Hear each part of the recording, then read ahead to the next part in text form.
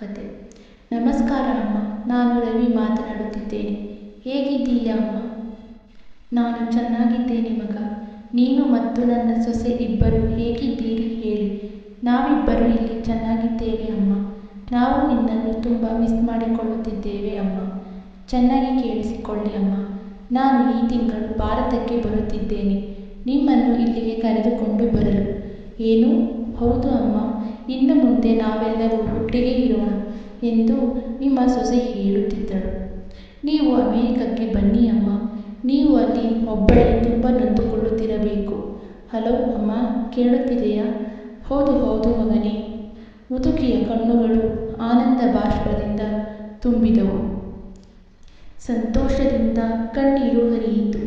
ಪ್ರತಿ ದಾಟಿಯಲ್ಲಿ ಮಗ ಮತ್ತು ಸೊಸೆಯ ಪ್ರೀತಿ ಹರಿಯಲಾರಂಭಿಸಿತು.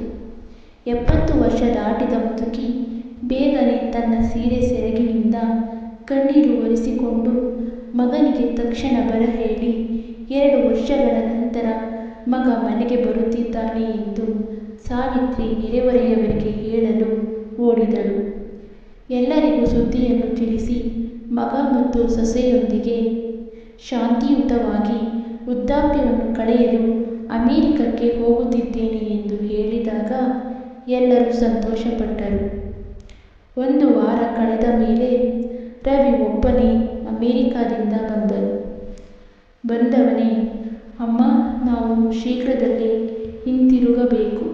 ಅದಕ್ಕಾಗಿ ನೀವು ಯಾರೊಬ್ಬರಿಂದ ಯಾವುದೇ ಹಣವನ್ನು ತೆಗೆದುಕೊಳ್ಳಲು ಬಯಸುತ್ತೀರಿ ಅದನ್ನು ತೆಗೆದುಕೊಳ್ಳಿ. ಅಲ್ಲಿಯವರೆಗೆ ನಾನು ಆಸ್ತಿ ಡೀಲರ್ನಿಂದ ಮನೆ ಮಾರಲು ಗಿರಾಕಿಯನ್ನು ಹುಡುಕುತ್ತೇನೆ ಎಂದಾಗ, ಮನೆ ಎಂದು ಕೇಳಿದಳು ಅಮ್ಮ. ಹೌದು ಅಮ್ಮ, ಈಗ ಈ ಮನೆಯನ್ನು ಮಾರಬೇಕು. ಇಲ್ಲದಿದ್ದರೆ ಯಾರು ನೋಡಿಕೊಳ್ಳುತ್ತಾರೆ? ನಾವೆಲ್ಲ ಈಗ ಅಮೆರಿಕದಲ್ಲೇ ಇರುತ್ತೇವೆ. ನಾವು ಅಮೆರಿಕದಲ್ಲಿ ಜೀವನ ಪೂರ್ತಿ ಅಲ್ಲೇ ಉಳಿಯುತ್ತೇವೆ ಎಂದಾಗ ಮುದುಕಿಯ ಕಣ್ಣುಗಳು ತುಂಬಿಕೊಂಡವು. ಮುಗ್ಧ ಮಗುವನ್ನು ಮುದ್ದಿಸುವಂತೆ ಮನೆಯ ಮೂಲೆಗಳನ್ನು ನೋಡುತ್ತಿದ್ದವು. ರವಿ ತರಾತುರಿಯಲ್ಲಿ ಮನೆಯನ್ನು ಒಂದೊಂದು ಬೆಲೆಗೆ ಮಾರಿದ.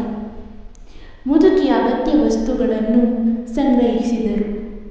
ಅವುಗಳ ಜೊತೆ ಅವರಿಗೆ ತುಂಬ ಬಾಂಧವ್ಯ ಇತ್ತು.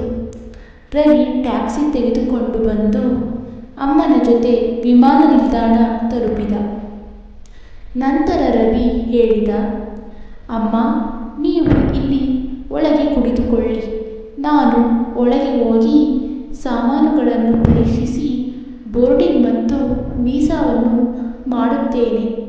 ಸರಿ ಮಗ ಎಂದು ಮುದುಕಿ ಹತ್ತಿರದ ಬೆಂಚಿನ ಮೇಲೆ ಕುಳಿತಳು. ತುಂಬ ಸಮಯ ಕಳೆಯಿತು. ಹೊರಗೆ ಕುಳಿತ ಮುದುಕಿ ಪದೇ ಪದೇ ರವಿ ಹೋದ ಬಾಗಿಲನ್ನು ನೋಡುತ್ತಿದ್ದಳು. ಆದರೆ ಇನ್ನೂ ಹೊರಗೆ ಬಂದಿರಲಿಲ್ಲ. ಬಹುಶಃ ಒಳಗೆ ಜನಸಂದಣಿ ತುಂಬಿರಬಹುದು ಎಂದು ಯೋಚಿಸಿ ಅವಳ ಕಣ್ಣುಗಳು ಮತ್ತೆ ನೋಡಲಾರಂಭಿಸುತ್ತವೆ. ಕತ್ತಲಾಗುತ್ತಿತ್ತು. ವಿಮಾನ ನಿಲ್ದಾಣದ ಹೊರಗೆ ಜನಸಂದಣಿ ಕಡಿಮೆಯಾಯಿತು. ಆವಾಗ, ಅಮ್ಮ, ಯಾರನ್ನು ಭೇಟಿಯಾಗಬೇಕು ಎಂದು ಉದ್ಯೋಗಿಯೊಬ್ಬರು ಮುದುಕಿಯನ್ನು ಕೇಳಿದರು. ಆಗ ಅವಳು, ನನ್ನ ಮಗ ಟಿಕೆಟ್ ಪಡೆಯಲು ಒಳಗೆ ಹೋದನು. ಅವನು ನನ್ನನ್ನು ಅಮೆರಿಕಕ್ಕೆ ಕರೆದುಕೊಂಡು ಹೋಗುತ್ತಾನೆ. ಮುದುಕಿ ಆತಂಕದಿಂದ ಹೇಳಿದಳು.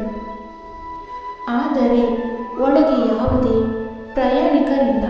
ಅಮೆರಿಕಕ್ಕೆ ಹೋಗುವ ವಿಮಾನವನ್ನು ಮಧ್ಯಾಹ್ನವೇ ಅಮೆರಿಕಕ್ಕೆ ರದ್ದುಗೊಳಿಸಲಾಯಿತು. ನಿನ್ನ ಮಗನ ಹೆಸರೇನು ಎಂದು ಕೇಳಿದ ನೌಕರ. ಅದಕ್ಕೆ ಅವಳು ರವಿ ಎಂದಳು. ಮುದುಕಿಯ ಮುಖದಲ್ಲಿ ಚಿಂತೆ ಮನೆ ಮಾಡಿತ್ತು. ನೌಕರನು ಒಳಗೆ ಹೋಗಿ ಸ್ವಲ್ಪ ಹೊತ್ತಿನ ನಂತರ ಹೊರಗೆ ಬಂದು, ಅಮ್ಮ, ನಿನ್ನ ಮಗ ರವಿ ಅಮೆರಿಕಾಗೆ ಹೋಗುತ್ತಿದ್ದಾನೆ ಫ್ಲೈಟ್ನಿಂದ ಎಂದಾಗ ಮುದುಕಿ ಏನು ಎಂದು ಹೇಳಿ ನಿಂತಲ್ಲೇ ಕುಸಿಯುತ್ತಾಳೆ. ಮುದುಕಿಯ ಕಣ್ಣುಗಳಿಂದ ಕಣ್ಣೀರಿನ ಪ್ರವಾಹ ಹರಿಯುತ್ತದೆ. ಮುದುಕಿಯ ಹೃದಯ ಕಂಪಿಸಿತು. ಹೇಗೋ ಮರಳಿ ಮನೆಗೆ ತಲುಪಿದಳು. ಆದರೆ ಅದು ಈಗ ಮಾರಾಟವಾಗಿದೆ. ರಾತ್ರಿ ಎಲ್ಲಿ ಹೋಗಬೇಕೆಂದು ತಿಳಿಯದೆ ರಾತ್ರಿ ಮನೆಯ ಹೊರಗಿನ ಪ್ಲಾಟ್ಫಾರ್ಮ್ ಮೇಲೆ ಮಲಗಿದ್ದಳು. ಬೆಳಿಗ್ಗೆ ಎದ್ದಾಗ ಮುದುಕಿಯ ಕತೆ ಕೇಳಿ ಊರಿನ ಜಮೀನುದಾರನು ಉಳಿಯಲು ಕೋಣೆಯನ್ನು ಕೊಟ್ಟನು. ಗಂಡನ ಪಿಂಚಣಿ, ಮನೆ ಬಾಡಿಗೆ ಮತ್ತು ಆಹಾರಕ್ಕಾಗಿ ಕೆಲಸ ಮಾಡಲು ಪ್ರಾರಂಭಿಸಿತು. ಸಮಯ ಕಳೆಯತೊಡಗಿತು. ಒಂದು ದಿನ ಜಮೀನುದಾರ ಮುದುಕಿಯನ್ನು ಕೇಳಿದರು, ಅಮ್ಮ, ನೀವು ನಿಮ್ಮ ಬಂಧುಗಳ ಊರಿಗೆ ಯಾಕೆ ಹೋಗಬಾರದು? ಈಗ ನಿನಗೆ ವಯಸ್ಸಾಗಿದೆ. ಎಷ್ಟು ದಿನ ಒಬ್ಬಂಟಿಯಾಗಿ ಬದುಕಲು ಸಾಧ್ಯ ಎಂದಾಗ ಮುದುಕಿ, ಹೌದು, ನಾನು ಹೋಗಬಹುದು. ಆದರೆ ನನ್ನ ಮಗ ನಾಳೆ ಬಂದರೆ ಅವನನ್ನು ಇಲ್ಲಿ ಯಾರು ನೋಡಿಕೊಳ್ಳುತ್ತಾರೆ ಎಂದಳು. ಅವಳ ಮಾತು ಕೇಳಿ ಜಮೀನ್ದಾರನ ಕಣ್ಣಿನಿಂದ ನೀರು ಬರತೊಡಗಿತು. ಇಂತಹ ತಾಯಿಗೆ ಮೋಸ ಮಾಡಿ ಹೋದ ಆ ಮಗನನ್ನು ಶಪಿಸುತ್ತಾ ಆ ಮುದುಕಿಯನ್ನು ವೃದ್ಧಾಶ್ರಮಕ್ಕೆ ಸೇರಿಸಿದನು. ಗೆಳೆಯರೇ, ತಂದೆ ತಾಯಿಯ ಹೃದಯವನ್ನು ಎಂದಿಗೂ ನೋಯಿಸಬೇಡಿ. ತಾಯಿ ಎಂದರೆ ನಮ್ಮ ಕಣ್ಣಿಗೆ ಕಾಣುವ ಮೊದಲನೇ ದೇವರು.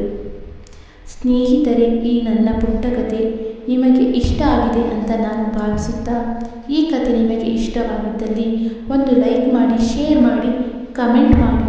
ಹಾಗೆ ನನ್ನ ಚಾನಲನ್ನು ಸಬ್ಸ್ಕ್ರೈಬ್ ಮಾಡ್ಕೊಳ್ಳೋದನ್ನು ಮಾತ್ರ ಮರಿಬೇಡಿ. Thank you for watching.